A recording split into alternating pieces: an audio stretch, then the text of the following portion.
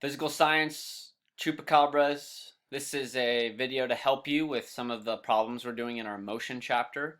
So I think we hit this a little bit last week depending on when you watch this, but when you go to do these calculations in class, the 3 steps that we would teach you is number 1, you first need to identify what the question is asking. A lot of times I underline what they're asking. Are they asking for how fast or how far or how long did it take? Usually then, once we know what we're looking for, I start with the blank equation, and from there we plug in our values, pay attention to our units, and we solve.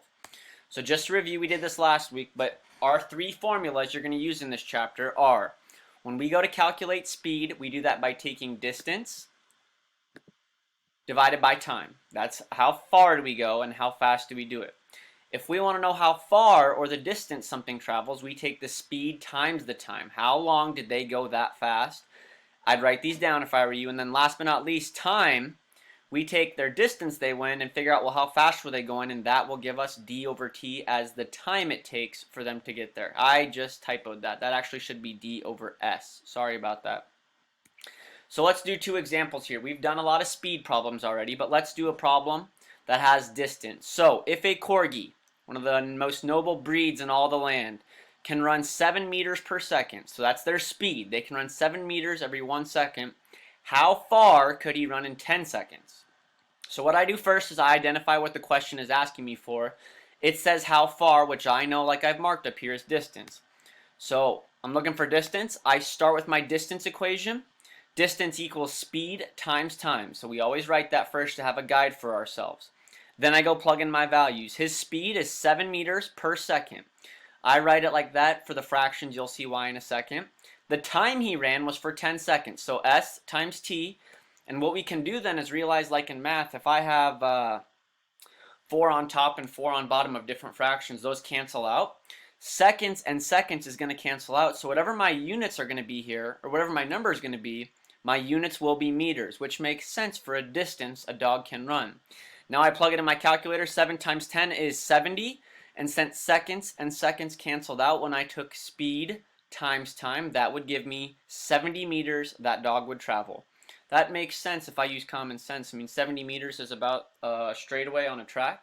And if a dog runs that fast, that's a pretty common sense answer there. That's how we'd find distance.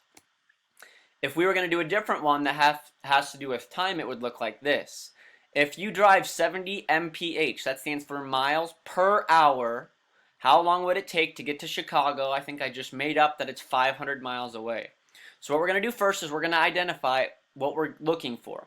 How long means we want to know time. How long would it take to do something? So I start with my time equation. I know time is distance over speed. So now I've set up my blank equation. Now I'm going to plug in my values. My distance I'm going to travel is 500 miles, so that goes on top. My speed goes on bottom.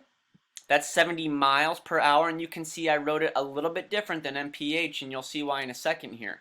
If I solve 500 divided by 70, I'm just going to round here. We're not going to worry about that for our class, but 500 divided by 70 is 7.1, and now I have miles divided by miles, and miles divided by miles will cancel out, leaving me with what unit, everybody?